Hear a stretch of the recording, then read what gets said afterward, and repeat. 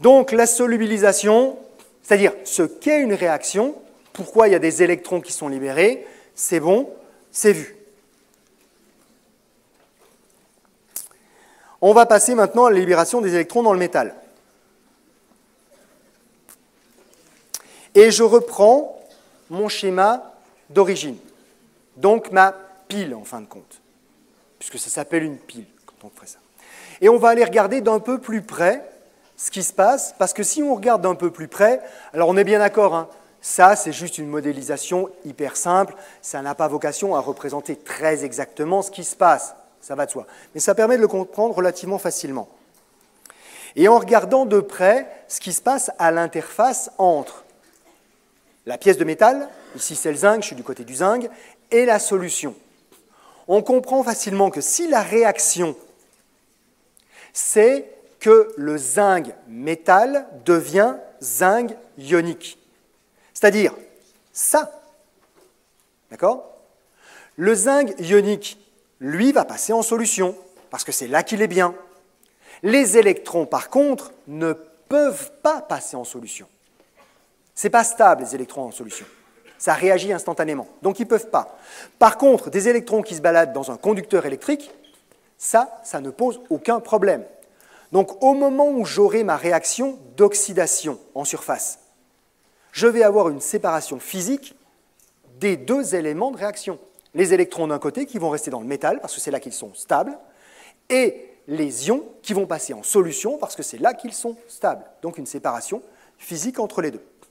Et vous voyez que ça a forcément une conséquence instantanée sur le potentiel, la entre guillemets charge, mais ce n'est pas le bon terme, ou plutôt la différence de charge qui va apparaître entre la pièce métallique et la solution. Si dans la solution, j'y emmène des ions chargés positivement, cette solution, elle va finir par être chargée positivement. D'accord? Et chargée en proportion avec le nombre d'ions qui vont arriver dans cette solution. D'autre part, si les électrons restent dans la pièce métallique, ces électrons ils sont chargés négativement, la pièce métallique elle va voir son potentiel, sa charge, baisser du côté négatif. On aura donc d'un côté une pièce métallique qui va être de plus en plus négative au fur et à mesure où la réaction va avoir lieu. D'accord? Plus il y aura d'ions qui vont passer en solution, plus la solution sera chargée positivement, plus il y aura des électrons qui vont rester dans la pièce métallique, plus la pièce métallique sera chargée négativement. On va donc avoir une différence de fait, une différence de potentiel entre la pièce métallique, qui sera chargée négativement, et la solution qui va se charger positivement. Est-ce que ça va être sur la totalité de la solution? Ben non, ça va surtout être présent, ce phénomène, vers la surface. Pourquoi? Parce que si la pièce est chargée négativement, elle va avoir tendance à attirer les charges positives qui sont dans la solution. Donc nos ions positifs, ils ne vont pas forcément aller se balader bien loin, ils vont rester à proximité. D'accord? Et est-ce que ce phénomène-là peut continuer ad vitam aeternam? Ben non. Pourquoi ça ne peut pas continuer ad vitam aeternam? Parce que plus la réaction a lieu, plus la pièce métallique est chargée négativement, plus la solution est chargée positivement. Donc ça va devenir de plus en plus dur pour un ion de quitter la surface, il est très retenu par la charge négative, d'accord? Et ça va être de plus en plus facile pour qu'un ion qui se balade à proximité se rapproche et recapture des électrons. En gros, il va y avoir un moment où la pièce métallique va être chargée négativement, tellement négativement, que les ions n'arriveront plus à la quitter. Le champ électrique sera trop fort pour qu'ils puissent aller se balader ailleurs. Et ça va arriver rapidement, ça dépend un peu de la nature du métal, d'accord? De ses capacités à accepter des électrons. Et justement, on peut le voir si on regarde de l'autre côté. On regarde de l'autre côté et on va regarder cette fois-ci ce qui se passe du côté du cuivre. Le cuivre, a priori, il se passe la même chose. Mon cuivre peut subir exactement la même réaction d'oxydation. Ce que je viens de dire, c'est parfaitement faisable de l'autre côté. Sauf que le cuivre, si encore une fois, je fais un peu mon anthropomorphe, d'accord? j'amène ça à des propos humains, mon cuivre est un peu plus avare, voire même nettement plus avare de ses électrons que le zinc. En gros, il a une affinité pour ces électrons qui est bien plus grande. Il les cède moins facilement. S'il les cède moins facilement, de fait, dans cette pièce métallique-là, on aura moins d'atomes de cuivre qui vont passer en solution. D'accord? Ce sera moins facile de les faire passer en solution. Et donc, la différence de potentiel qu'il va y avoir entre la pièce métallique et la solution sera de fait moins grande. Parce que le cuivre va subir cette réaction d'oxydation en moins grande proportion parce qu'il est plus attaché. D'accord? Il faut plus d'énergie, en gros, hein, en disant ça cette fois-ci d'une manière un peu plus scientifique. Il faudra plus d'énergie pour lui arracher des électrons. Ce sera plus difficile qu'avec le zinc.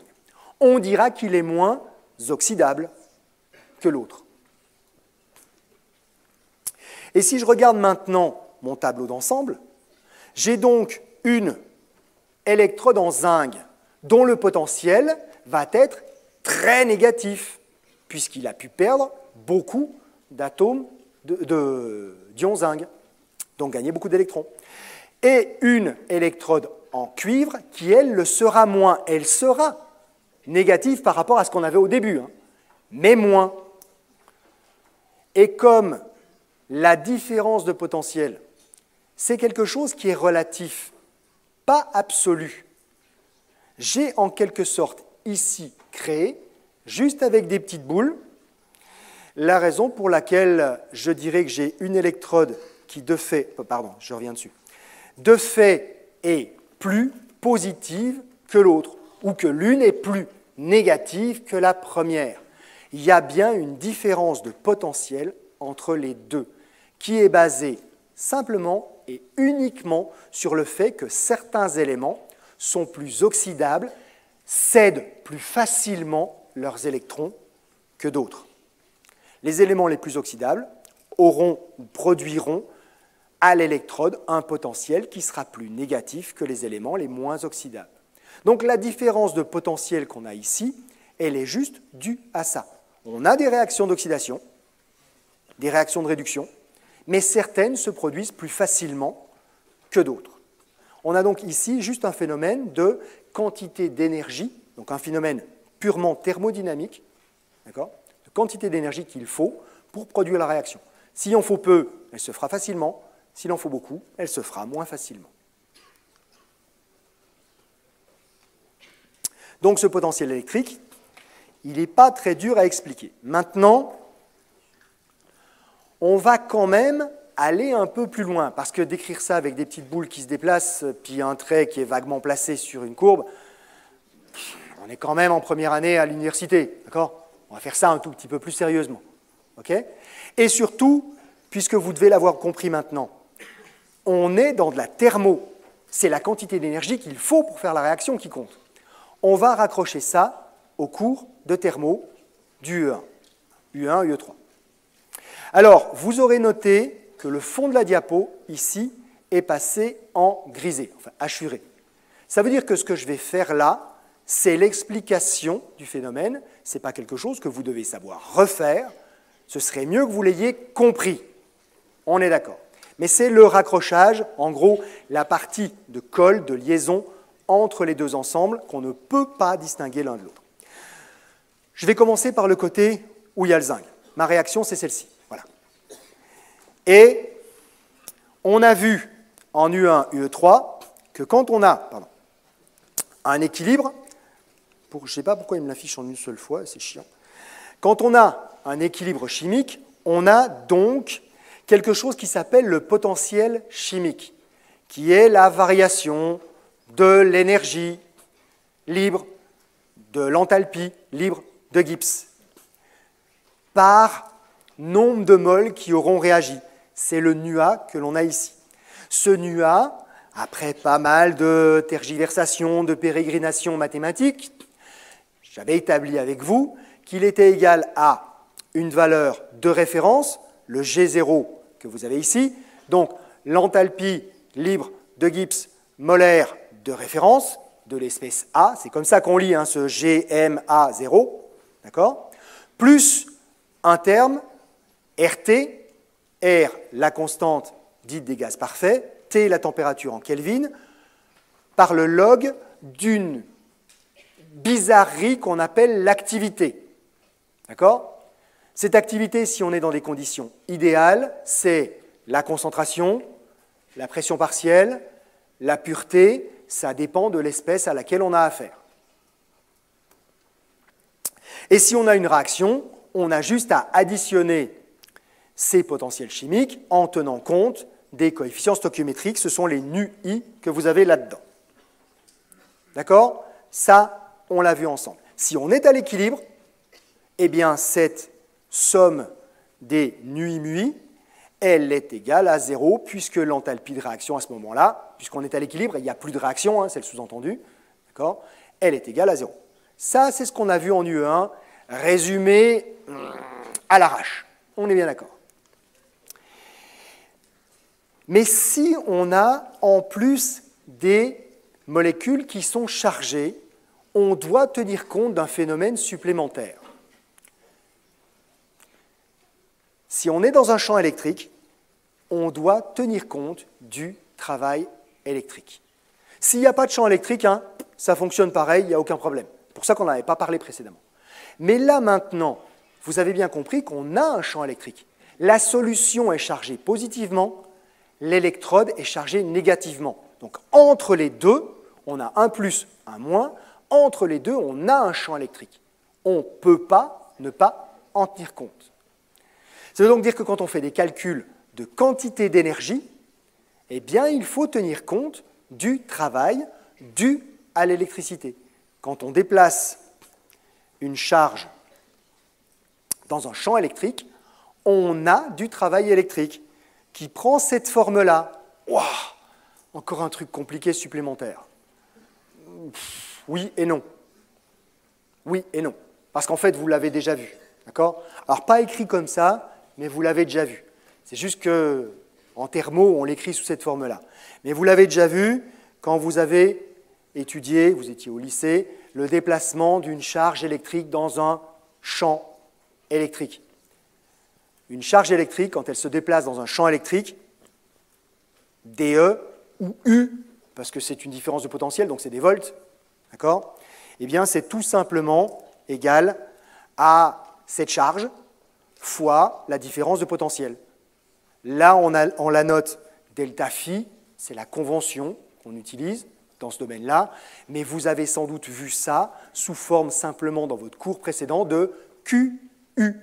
Q, la charge, U, la différence de potentiel en volts. Voilà, c'est la même. Okay? Simplement, ici, vous avez les notations qu'on utilise dans cette partie de cours. C'est comme ça. Voilà. Mais vous l'avez déjà vu. Alors si, au lieu d'avoir une charge, on en a plusieurs, ben, ça veut dire que le travail, on aura juste à multiplier par le nombre de charges. Voire éventuellement, si on déplace un très grand nombre de charges, par exemple une mole de charge, ben, on multipliera par N, le nombre d'Avogadro. D'accord? Donc ici, j'ai Z fois N, parce que j'ai déplacé Z mol de charge. D'accord? Voilà, c'est juste ça. Bon, c'est bien ça. Oui, un dernier petit truc, histoire de faire le lien avec ce qu'on a déjà vu. Il se trouve que le NE que vous avez là-dedans, vous le connaissez sous un autre nom, et vous l'avez déjà vu. C'est F, le Faraday. Une mole d'électrons, c'est ce qu'on appelle un Faraday. C'est la charge qu'on appelle un Faraday. Et quand on fait donc 1,6 10-19, la charge d'un électron, fois 6 10 puissance 23, le nombre d'Avogadro, on trouve 96 500 coulombs, la valeur du Faraday que vous avez déjà vu quelque part. D'accord? Donc voilà, ce n'est pas un truc qui tombe du ciel, ça vient simplement de là. On vous l'a sorti à un moment sans vous dire ce que c'était, mais c'est la charge d'une mole d'électrons. Alors maintenant, le ZF phi que vous avez là, il prend du sens, c'est la quantité d'énergie qui sera libérée ou absorbée quand on déplace, eh bien vous voyez, Z mol d'électrons dans une différence de potentiel égale à phi volt. tout simplement. Voilà, c'est juste ça. Donc ça, vous l'aviez déjà vu, c'est replacé là-dedans. Eh bien oui, on va avoir des ions qui vont se déplacer, on va avoir des électrons qui vont se déplacer dans un champ électrique. On doit tenir compte de ce travail électrique là-dedans. Mais ceci étant dit, ça ne change rien à ce qu'on avait dit précédemment. On tient compte de ce travail électrique et on a exactement la même chose que précédemment. À l'équilibre, la somme de ce qu'on va maintenant appeler non plus des potentiels chimiques, mais des potentiels électrochimiques, puisqu'il y a aussi du travail électrique dedans, sera égale à 0. Voilà, on a tenu compte du travail électrique. C'est bon? Et on va s'arrêter là. On se voit la semaine prochaine pour la suite de cette partie-là. Et pour ceux qui l'auraient constaté, oui, je vais moins vite que l'an passé, parce qu'au lieu d'avoir 2 heures, j'en ai 4. Voilà. Bonjour tout le monde. Normalement, si j'ai bien noté, on s'est arrêté sur ça, donc je le réaffiche.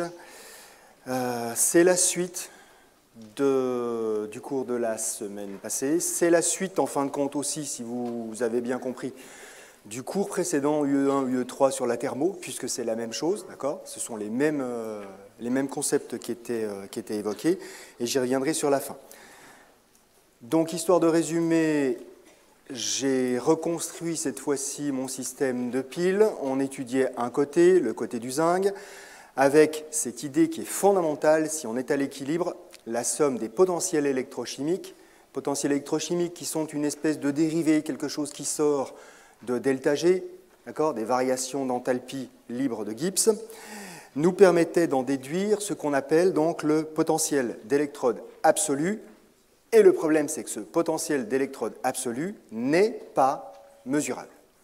On peut le calculer, visiblement. On peut le déduire de ce qu'on avait avant, mais on ne peut pas le mesurer. Et si on ne peut pas le mesurer, c'est pour une raison très très simple, c'est qu'on n'a pas d'instrument pour le faire. Le seul instrument qui soit capable de mesurer des différences de potentiel électrique, ça s'appelle un voltmètre. Mais si vous avez déjà vu un voltmètre, vous savez que dans un voltmètre, il y a 2 bornes, une borne positive, une borne négative. Ça veut donc dire qu'un voltmètre doit être branché à 2 électrodes. Et on ne peut pas le brancher à une seule. Donc on ne peut pas mesurer le potentiel d'une électrode toute seule. Alors on pourrait se dire, là il y a bien 2 termes qui apparaissent, le potentiel de l'électrode et le potentiel de la solution. On n'a qu'à mesurer le potentiel de la solution. Mais pour mesurer le potentiel de la solution, il faut plonger quelque chose dans la solution, donc avoir une 2e électrode. D'accord? C'est obligatoire pour mesurer les 2, tels qu'ils apparaissent ici. En fin de compte, il faut bien 2 électrodes. Donc ça, ce n'est pas mesurable. Mais ce n'est pas grave. Enfin, ce n'est pas trop grave. Parce que tout le raisonnement qui a été fait sur cette première électrode, celle qui était ici comme exemple en zinc, on peut très bien le mener, et de manière parfaitement symétrique, sur la 2e électrode de notre système. Notre système ici, c'est l'électrode de cuivre. Donc aussi, cette fois-ci, on n'a plus une oxydation, mais une réduction de ce côté-ci. Donc celle-ci, c'est la cathode. Même chose, si on est à l'équilibre, la somme des potentiels électrochimiques est égale à 0. On fait la même petite manipulation, la même soupe, à savoir qu'on va extraire de ça la partie purement potentielle électrique et la partie chimique, histoire de les distinguer l'une de l'autre, mettre d'un côté la partie potentielle, de l'autre côté la partie chimique. Et on obtient finalement le même résultat que précédemment, à savoir donc le potentiel d'électrode absolu de cette 2e électrode, que l'on ne peut pas plus mesurer que le précédent. D'accord? Mais on a maintenant 2 potentiels qui ne sont pas mesurables indépendamment l'un de l'autre, mais puisqu'on en a 2, on peut les mesurer l'un par rapport à l'autre. Cette fois-ci, je peux bien brancher un voltmètre entre les 2, et donc mesurer la différence de potentiel entre les 2 électrodes. Et en faisant ça, vous le voyez, ça se voit sur l'écran là en ce moment, en faisant ça, on fait disparaître le potentiel de cette solution que l'on ne pouvait pas mesurer. Elle va tout simplement disparaître, puisque c'est la même, d'accord? On a un continuum de solutions entre les 2. Alors il y a bien des potentiels de jonction qui peuvent apparaître entre les différentes parties de la solution qu'on a ici, mais ici, on va se permettre de les négliger pour simplifier. D'accord? Ça ne pose pas de problème, puisque je vous ai dit, on pourrait très bien avoir la même solution qui relie tous les ensembles, ça ne pose pas forcément de soucis. Et donc, cette fois-ci, je peux mesurer la différence entre, effectivement, les deux électrodes. Ici, elles sont métalliques, elles pourraient très bien ne pas l'être, d'accord? Ce n'est pas le problème. Mais je peux mesurer, cette fois-ci, avec mon voltmètre, la différence de potentiel entre les deux.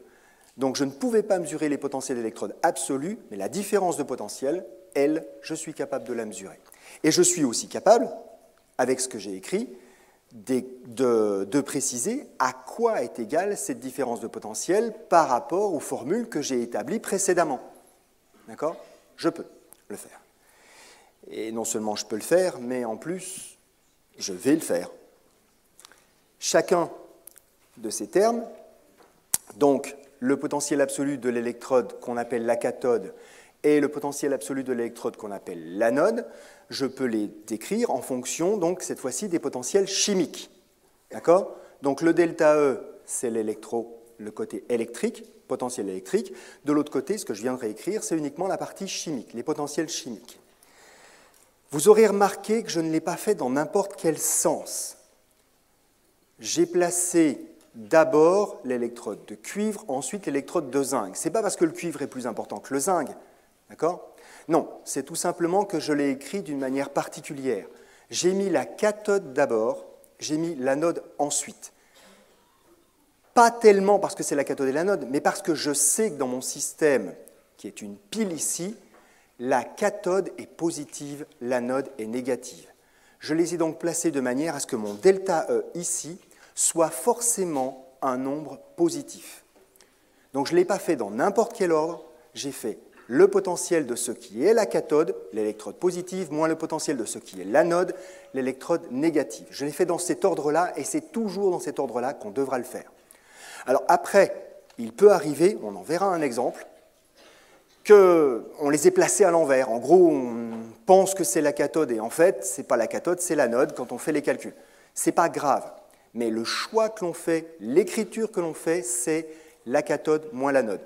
L'électrode positive moins l'électrode négative, de manière à obtenir a priori un résultat qui sera positif. Et c'est comme ça que ce delta E doit être calculé. On voit apparaître ici le potentiel électrochimique des électrons qui apparaît deux fois, donc qui va s'annuler. Ces électrons sont tous dans les conducteurs électriques. Encore une fois, c'est un continuum, donc il n'y a pas de raison que ce ne soit pas le même potentiel électrochimique pour nos électrons dans la totalité du continuum électrique. Donc, ils disparaissent. Nous reste donc, et vous avez vu que, alors, pourquoi on fait ça systématiquement? Je ne sais trop rien, je pense que c'est histoire d'avoir réellement, d'un côté, tout ce qui concerne plus ou moins l'électricité, puisque les Faraday, c'est la quantité de charge, le nombre de coulombs transportés par une mole d'électrons, avec le delta E. Donc on a bien mis tout ce qui était électrique d'un côté, tout ce qui n'est pas électrique de l'autre. D'accord? Voilà, on l'écrit comme ça. Et on a donc d'un côté un moins, enfin un 2 plutôt. Le 2, c'est le nombre d'électrons échangés depuis le début. 2 électrons qui sont échangés entre les deux. Donc ce 2 c'est juste le nombre d'électrons. Le Faraday, delta E, ça représente une quantité d'énergie par mol. Par mol d'électrons échangés ici. D'accord? Donc ici, 2 électrons.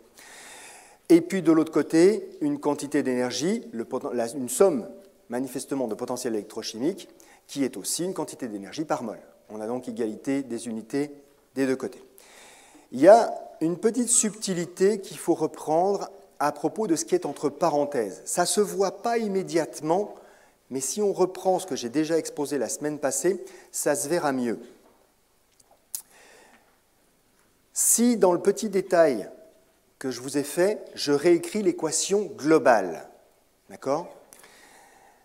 Au lieu de prendre un exemple fictif, sur le calcul de ces sommes de potentiel chimiques, eh bien, vous allez vous rendre compte que le delta G moléculaire de référence, enfin, delta G moléculaire par molécule de réaction, il prend exactement la même forme de ce qui vient d'apparaître là-dedans. Ça veut donc dire que mon nu Cu de plus nu Zn moins nu Cu moins nu Zn de plus, c'est tout simplement, et vous pourrez le revérifier, la somme, ou plutôt l'opposé de la somme des nui mui. Coefficient stoichiométrique, potentiel chimique. Ça, c'est donc tout simplement l'enthalpie, enfin l'opposé de l'enthalpie de Gibbs moléculaire de réaction. C'est la jonction, encore une fois, avec ce qui a été fait en UE1, UE3 sur la thermo. On a donc d'un côté une différence de potentiel, une quantité d'énergie électrique, de l'autre côté une quantité d'énergie, cette fois-ci purement chimique, qui est exprimée par un delta G. Voilà. La jonction entre les deux, vous pourrez le reprendre, mais c'est exactement ce qui se trouve là-dedans, c'est celle que vous avez sous les yeux. Ça veut donc dire qu'on a une relation là maintenant entre ce que l'on peut mesurer et quelque chose que l'on peut souhaiter calculer. Ou pas, parce que ce n'est pas très important d'avoir à le calculer. Ce delta G, on pourrait le calculer, hein. Si on le calcule, qu'est-ce qu'on va obtenir? C'est un delta G, ça va nous permettre de prévoir dans quel sens va évoluer la réaction. Puisque delta G, vous vous rappelez, c'est tout simplement une manière de calculer l'entropie totale du système lors d'une transformation. D'accord? Delta G négatif, ça veut dire que le delta S, la variation d'entropie, est positive. Et si la variation d'entropie est positive, c'est qu'on respecte le deuxième principe de la thermodynamique. On aura une évolution spontanée de la transformation. D'accord? Puisque tout système qui évolue spontanément, tout système isolé qui évolue spontanément, voit son entropie augmenter. Donc ici, on a la relation. Si delta G est négatif, vous le voyez, il y a un moins. Négatif, donc, évolution spontanée. On aura un delta E qui devra nécessairement être, lui, positif.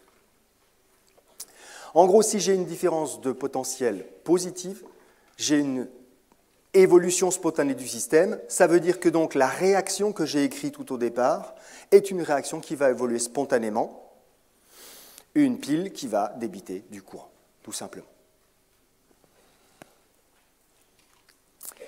Et j'insiste là-dessus, c'est important, si j'ai bien placé mon anode et ma cathode, et j'ai bien fait la différence, cathode, potentiel de l'électrode qu'on appelle la cathode, moins potentiel de l'électrode qu'on appelle l'anode. Donc, potentiel de l'électrode où se déroule la réduction, moins potentiel de l'électrode où se déroule l'oxydation. Si ce calcul-là est positif, dans ce cas, l'évolution de la réaction sera spontanée dans le sens d'écriture normale de la réaction. Voilà exactement ce que ça veut dire. Alors, la plupart du temps, vous la trouverez sous sa forme générique, sous cette forme-là. D'accord? Parce que là, on avait 2 électrons échangés dans l'exemple qui a été pris, mais on pourrait très bien avoir un seul électron, on pourrait en avoir 3, on pourrait avoir un nombre éventuellement fractionnaire hein, si la réaction a été équilibrée autrement, ce n'est pas impossible. Ce qui veut donc dire que, voilà, on va avoir un nombre d'électrons fluctuants qu'on identifie en général à n, tel que vous l'avez ici. N, c'est donc le nombre d'électrons échangés dans la réaction d'oxydoréduction, qui peut être une réaction d'oxydation, une réaction de réduction ou une réaction d'oxydoréduction complète, d'accord? Donc des demi-réactions ou une réaction complète. Et N, c'est le nombre d'électrons échangés au global. Alors, en l'état, vous ne la reconnaissez pas, mais ça, c'est l'équation de Nernst.